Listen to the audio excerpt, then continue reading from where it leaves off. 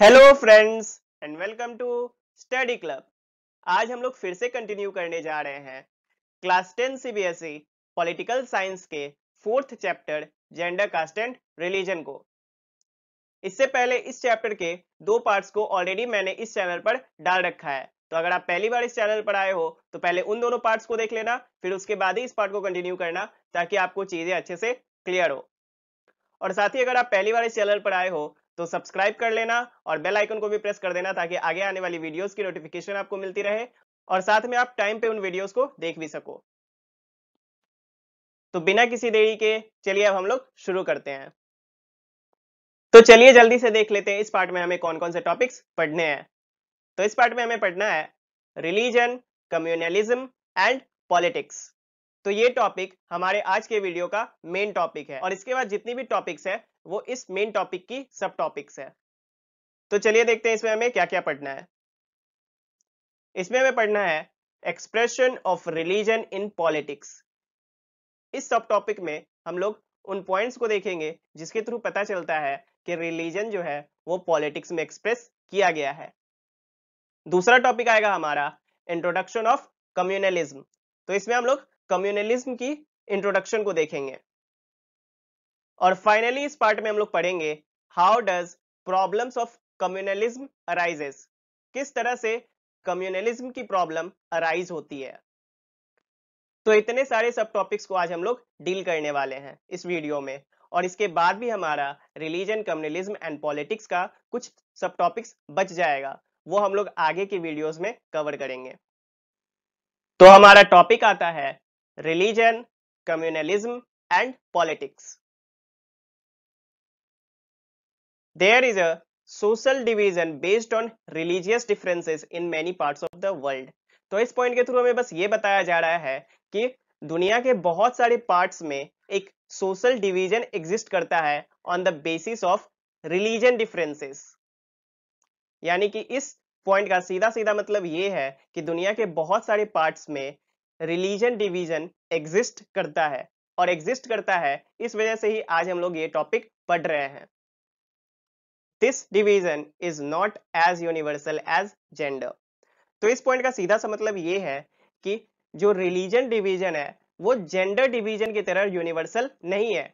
मतलब gender division हमें हर country में देखने को मिलता है। क्यों देखने को मिलता है? क्योंकि कोई भी कंट्री हो वहां जेंडर में डिवीजन होगा ही होगा, वहां जेंडर डिफरेंस होता ही है। और जब जेंडर डिफरेंस रहेगा, जेंडर डिफरेंस मतलब मेल फीमेल, किसी भी कंट्री में मेल फीमेल दोनों ही होते हैं, यानी जेंडर डिफरेंस एग्जिस्ट करता है। और जब जेंडर डिफरेंस एग्जिस्ट करता है तो वहां पे जेंडर डिवीजन भी आ जाता है।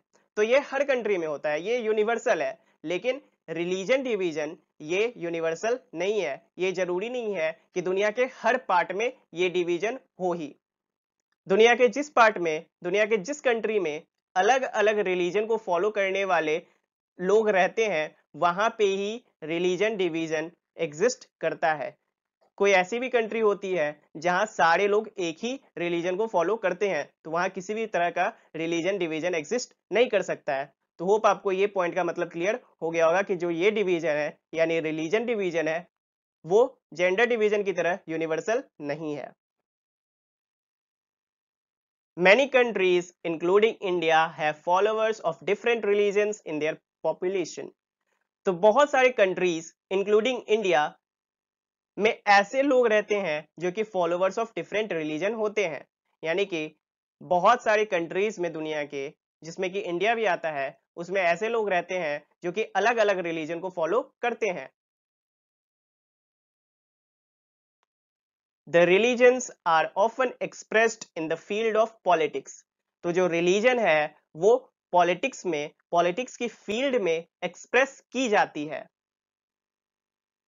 Consider the following points. और ये बात हमें कैसे पता चलेगा? तो ये बात हमें इन पॉइंट्स के थ्रू क्लियर हो जाएगा कि किस तरह से पॉलिटिक्स में रिलीजन को एक्सप्रेस किया गया है। फर्स्ट पॉइंट आता है हमारा, Gandhi ji used to say that religion can never be separated from politics. तो गांधी जी कहते थे कि जो रिलीजन है हमारा वो कभी भी पॉलिटिक्स से सेपरेट नहीं हो सकता है। जहां रिलीजन है वहां पॉलिटिक्स होगा, जहां पॉलिटिक्स है वहां रिलीजन होगा। आज के टॉपिक को आप थोड़ा एनालाइज करके समझना। आपके अगल बगल जो सब चलती है पॉलिटिक्स से रिलेटेड, आप डेली लाइफ में जो न्यूज वगैरह में सुनते हो, ऐसा करने से आपको और भी बेहतर तरीके से क्लियर होगा कि किस तरह से पॉलिटिक्स और रिलीजन एक दूसरे से हमेशा ही रिलेटेड होते हैं। कभी भी वो सेपरेटेड नहीं होते हैं। जहां रिलीजन होगा वहां पॉलिटिक्स भी होगा, और जहां पॉलिटिक्स होगा वहां रिलीजन भी होगा। He believed that politics must be guided by ethics drawn from religion. तो गांधी जी का ऐसा मानना था कि जो पॉलिटिक्स है वो गाइड होनी चाहिए, जो भी एथिक्स है, एथिक्स मतलब मोरल प्रिंसिपल्स, जो भी मोरल प्रिंसिपल्स है रिलीजन की, उसके द्वारा पॉलिटिक्स गाइड होनी चाहिए। इस पॉइंट को मैं और अच्छे से समझाता हूं आपको। यानी कि उनका ये मानना था कि जो भी पॉलिटिक्स है उनको इस तरह से काम करना चाहिए कि जितने भी रिलीजन के मोरल प्रिंसिपल्स है वो उन सबको ध्यान में रखे, यानी सबके लिए काम करे, सबको अपने अंदर इंक्लूड करके चले। ये नहीं कि बस किसी एक रिलीजन को हमने प्रेफरेंस दे दिया और बाकी को पीछे छोड़ दिया। थोड़ी और आसान भाषा में मैं समझाऊं आपको, तो इनका ये मानना था कि जो पॉलिटिक्स है उनको सारे रिलीजन के जो भी प्रिंसिपल्स है उनको बेहतर ढंग से समझकर उन सब की रिस्पेक्ट करनी चाहिए, और उन प्रिंसिपल्स के तहत उनको काम करना चाहिए, ताकि किसी भी रिलीजन के फॉलोअर्स को किसी भी तरीके का हर्ट ना हो। अब आपको क्लियर हो गया होगा। दूसरा पॉइंट आता है हमारे पास, according to human right groups, most of the victims of communal riots in our country are from religious minorities. तो ह्यूमन राइट्स के अकॉर्डिंग जितने भी कम्युनल राइट्स के विक्टिम्स हैं हमारे यहाँ, राइट्स तो आप समझते ही होंगे, जितने भी राइट्स के विक्टिम्स हैं हमारे यहाँ वो रिलीजियस माइनॉरिटीज से बिलोंग करते हैं। They have demanded that the government take special steps to protect religious minorities.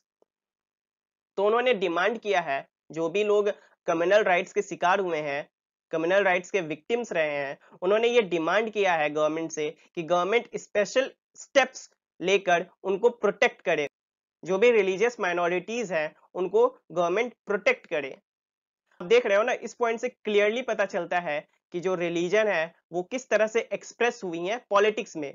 Religion के कारण जो भी प्रॉब्लम हुआ रिलीजियस माइनॉरिटीज वाले पीपल को, उन प्रॉब्लम्स का सॉल्यूशन के लिए गवर्नमेंट के पास आकर उन्होंने डिमांड किया, और जब डिमांड किया तभी उन्होंने रिलीजन को एक्सप्रेस किया पॉलिटिक्स में। यहां से आपको ये क्लियर हो रहा होगा। और पहले पॉइंट से कैसे साबित होता है, तो पहले पॉइंट में तो गांधी जी ने ही कहा है कि जो पॉलिटिक्स है और जो रिलीजन है वो कभी भी सेपरेटेड नहीं रह सकते हैं, और पॉलिटिक्स को गाइड होना चाहिए रिलीजन के एथिक्स के थ्रू। तो यहां से आपको ये क्लियर हो गया होगा।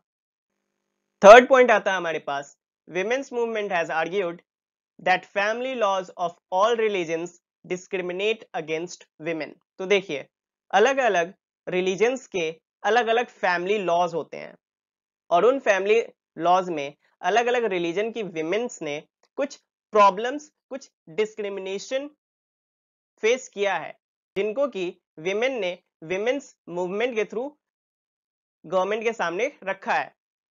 देखिए, आपको तो पता ही होगा ना, अलग अलग रिलीजन में अलग अलग फैमिली लॉज होते हैं, और उन फैमिली लॉज में अलग अलग डिस्क्रिमिनेशन फेस करती हैं विमेन। अब इसका एग्जाम्पल मैं देना चाहूँ तो एग्जाम्पल तो बुक में नहीं मिला, बट मैं अगर खुद से बनाने की कोशिश करूँ तो एक एग्जाम्पल ये हो सकता है कि जैसे हिंदू धर्म में जब किसी की डेथ हो जाती है तो विमेन को उनके फ्यूनरल साइट पे नहीं जाने को दिया जाता है। तो ये आप एक कंसीडर कर सकते हो। उसी तरीके से मुस्लिम धर्म में उसी तरीके से मुस्लिम धर्म में बहुत सारे विमेन को हमेशा बुर्खा में रहना पड़ता है। तो ये भी किसी किसी विमेन के लिए मुस्लिम धर्म में प्रॉब्लम हो सकती है।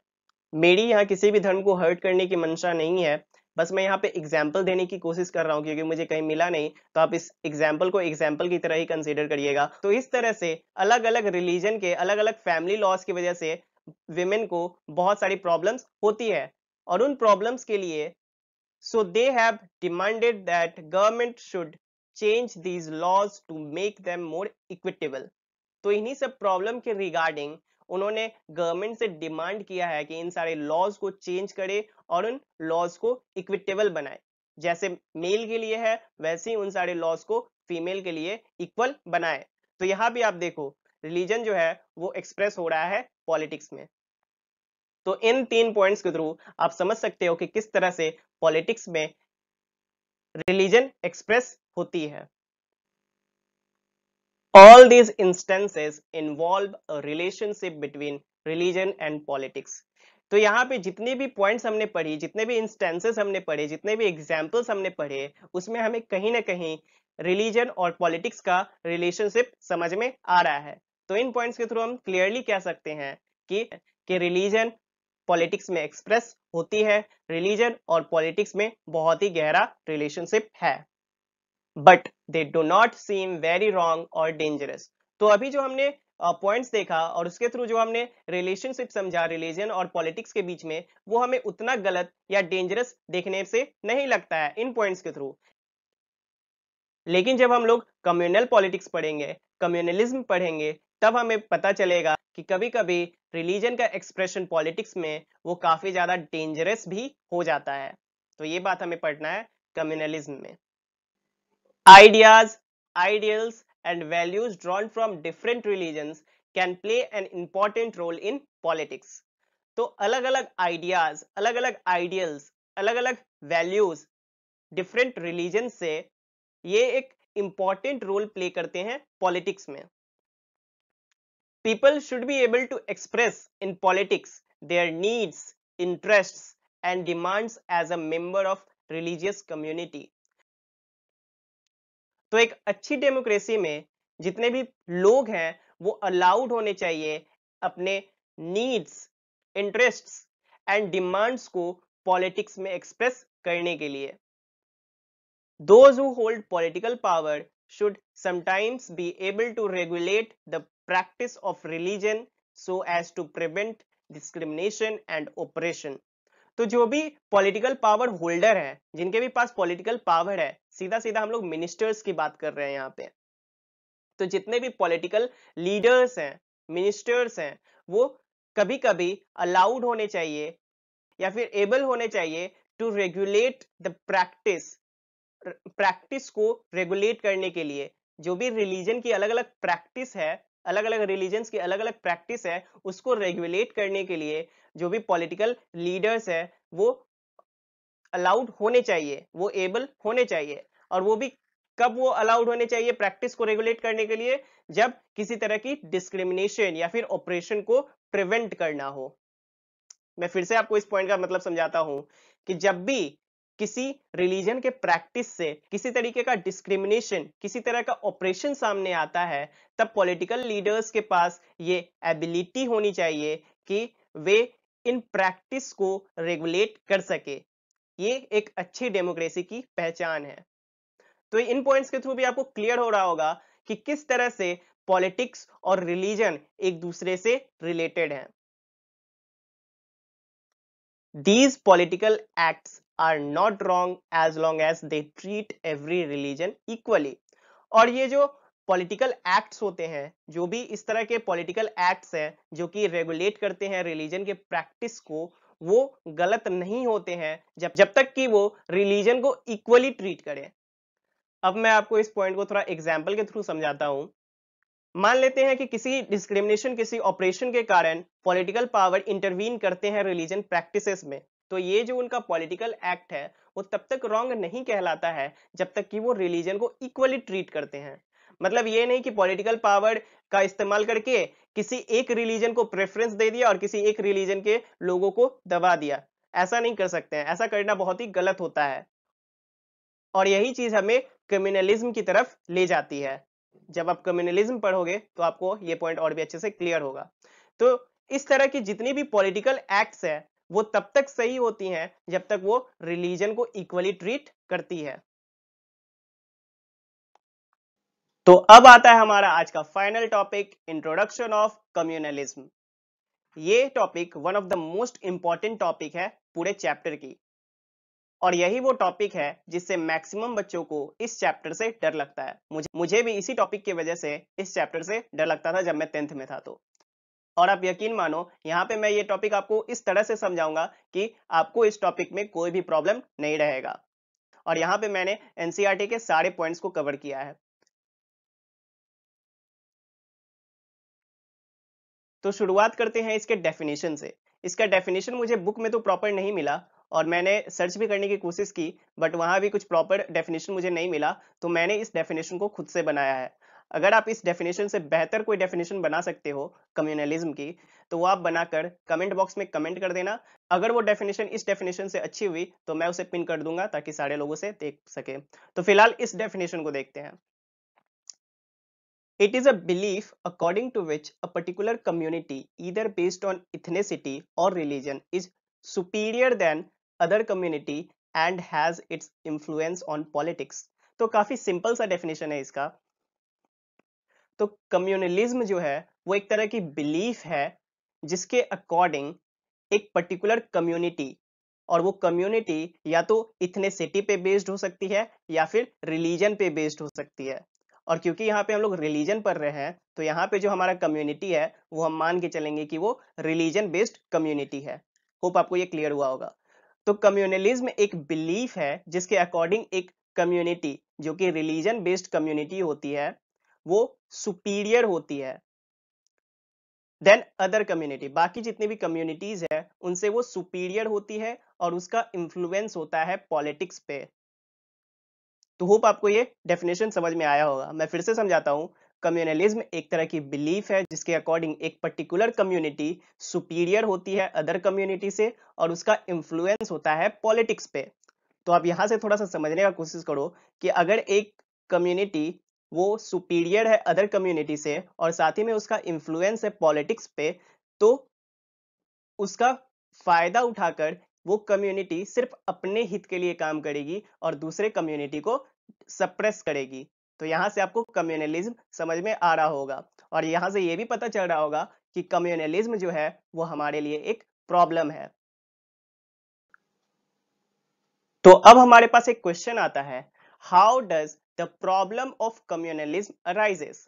किस तरह से कम्युनलिज्म की प्रॉब्लम अराइज होती है। The problem begins when religion is seen as the basis of nation। तो ये काफी इंपॉर्टेंट पॉइंट है और काफी इजी भी है, मैं समझाता हूं आपको। तो कम्युनलिज्म की शुरुआत वहां से होती है जब एक कंट्री के लोग अपने रिलीजन को नेशन का बेसिस मानने लगते हैं। जब लोग नेशन को रिलीजन वाइज देखने लगते हैं, ये समझने लगते हैं कि जो उनका नेशन है वो केवल उनके रिलीजन के बेसिस पे बना हुआ है, यानी कि एक पर्टिकुलर रिलीजन है जो कि उस नेशन में मेजोरिटी में है, तो वो इस तरह से सोचने लगेगी कि जो उनका नेशन है वो केवल उनके कम्युनिटी की वजह से, उनके रिलीजन के वजह से बना हुआ है।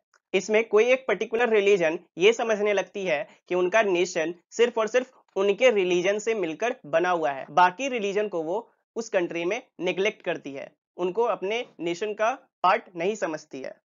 तो इस तरह से आपको ये थोड़ा थोड़ा क्लियर हो रहा होगा। The problem becomes more acute when, और ये प्रॉब्लम और भी अक्यूट और भी घातक हो जाता है और भी गहरा हो जाता है जब religion is expressed in politics in exclusive and partition terms। तो ये भी पॉइंट काफी इंपॉर्टेंट है। जब रिलीजन को पॉलिटिक्स में एक्सप्रेस किया जाता है इन एक्सक्लूसिव एंड पार्टीशन टर्म्स, तो यही दोनों टर्म का मतलब मुझे आपको समझाना है और आपको ये पॉइंट पूरा क्लियर हो जाएगा। तो एक्सक्लूसिव का मतलब ये होता है कि कोई एक रिलीजन अपने आप को पॉलिटिक्स में एक्सप्रेस कर रही है इन एक्सक्लूसिव मैनर, मतलब इस तरह से वो एक्सप्रेस कर रही है जैसे कि उस जगह पे, उस कंट्री में, उस प्लेस पे वही एक रिलीजन एग्जिस्ट करती है। और पार्टीशन का मतलब होता है पक्षपात करना। वो जो रिलीजन है जो कि एक्सप्रेस हुई है पॉलिटिक्स, तो पॉलिटिक्स का भी सपोर्ट सिर्फ और सिर्फ उनको मिलता है। तो इस तरह से बाकी जो अदर रिलीजन होते हैं, जो भी अदर रिलीजियस कम्युनिटीज होती हैं, उनको वे लोग नेग्लेक्ट कर देते हैं। तो आप समझ, तो आपको दिख रहा होगा कि यहाँ एक प्रॉब्लम बनता जा रहा है। तो मैं फिर से इस पॉइंट का मतलब समझाता हूं आपको। जब भी रिलीजन को पॉलिटिक्स में एक्सप्रेस किया जाता है इन एक्सक्लूसिव मैनर, एक्सक्लूसिव मैनर यानी कि वो रिलीजन अपने आप को इस तरह से पॉलिटिक्स में एक्सप्रेस कर रही है जैसे कि केवल उस जगह पे, उस प्लेस पे, उस कंट्री में वही एक रिलीजन एग्जिस्ट करती है और इसमें पॉलिटिक्स भी उसी रिलीजन का सपोर्ट करती है, उसी रिलीजियस कम्युनिटी को सपोर्ट करती है और बाकी सारे रिलीजियस कम्युनिटीज को नेग्लेक्ट करती है।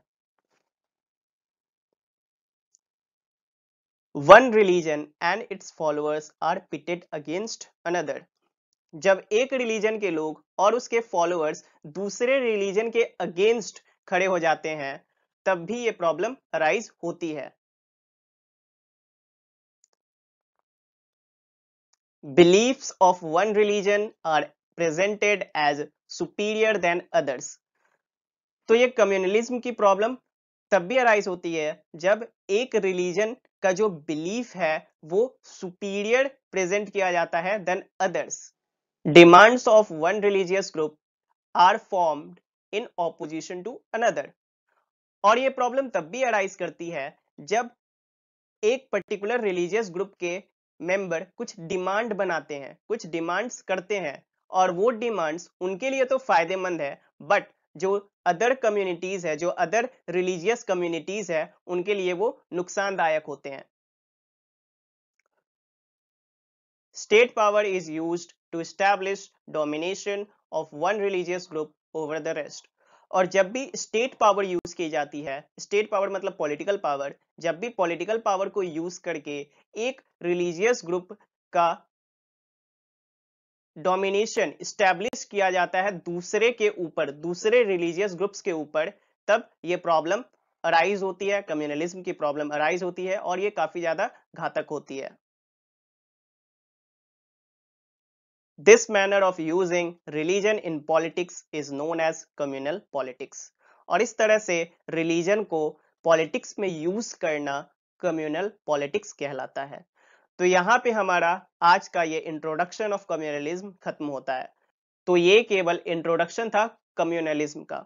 पूरा का पूरा हमारा ये टॉपिक अभी बचा हुआ है और ये हम लोग अगले पार्ट में कवर करेंगे जो कि पूरा का पूरा डेडिकेटेड होगा सिर्फ और सिर्फ कम्युनलिज्म पे।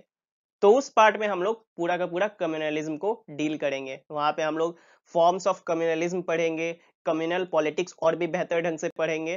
तो इन सब बातों को हम लोग उस वीडियो में देखेंगे। तो उस वीडियो के लिए स्टे ट्यून जरूर करना आप लोग। तो यहाँ पे हमारा आज का वीडियो एंड होता है। So thank you guys, thank you so much for watching the whole video. अगर ये वीडियो आपको हेल्पफुल लगी हो, अगर ये वीडियो आपको पसंद आई हो तो आप इसे लाइक करें और कमेंट करके हमें जरूर बताएं कि आपको ये वीडियो कैसा लगा। आपका एक एक कमेंट पढ़कर मुझे बहुत ही अच्छा लगता है और बहुत ही ज्यादा मोटिवेशन मिलती है आगे वीडियोस बनाते रहने के लिए। तो कमेंट जरूर करें अगर आपको ये वीडियो अच्छी लगती है तो, और लाइक भी करें अच्छी लगती है तो। और साथ ही में आप इस वीडियो को शेयर करो अपने दोस्तों के साथ ताकि उनका भी हेल्प हो सके और इस तरह से हमारा भी हेल्प होगा। और साथ ही में मैं रिक्वेस्ट करूंगा कि आप हमें फेसबुक और इंस्टाग्राम पे फॉलो करें। अगर आप फेसबुक चलाते हैं तो वहां फॉलो करें, अगर आप इंस्टाग्राम चलाते हैं तो आप वहां फॉलो करें।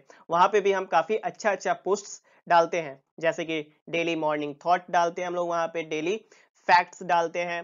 तो उन सारी चीजों में भी आपको बहुत ही ज्यादा मजा आएगा, तो आप वहां पे भी हमसे कनेक्ट हो। और साथ ही साथ हम लोग वहां पे सीबीएसई के इंपॉर्टेंट न्यूज को भी डालते हैं, तो वहां पे आप जुड़ोगे तो वहां पे भी आपको बहुत ही फायदा मिलेगा। तो जुड़ने के लिए लिंक आपको डिस्क्रिप्शन में मिल जाएगा और यहाँ भी आपको एड्रेस दिख रहा है, स्टडी क्लब 07 हमारा हैंडल है। तो आप जल्दी से हमारे साथ जुड़ जाओ। So thank you guys, thank you once again for watching the whole video. मिलते हैं हम लोग अगले वीडियो में, तब तक के लिए पढ़ाई करते रहें। All the very best and bye bye.